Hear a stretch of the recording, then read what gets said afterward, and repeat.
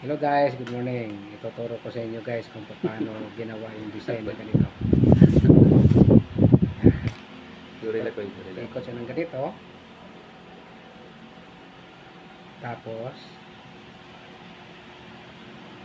papasok na ito. Ayan. Tapos ito, dadalhin nyo rito. Ipapasok nyo ito rito.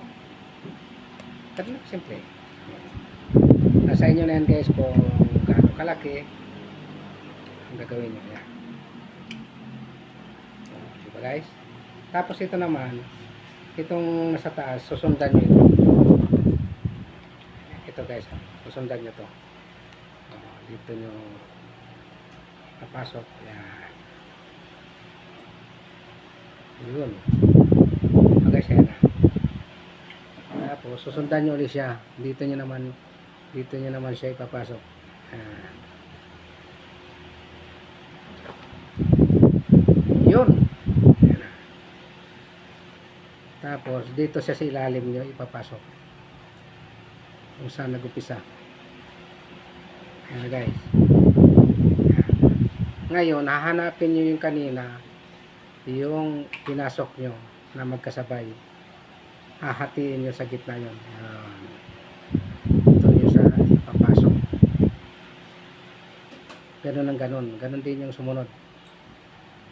Ano yan kasi magkadikit. Kailangan nyo papasukan yan sa gitna. Okay. Yung last, andito yan sa ilalim. Babalik ulit. Kung gusto nyo guys, double, pwede rin naman.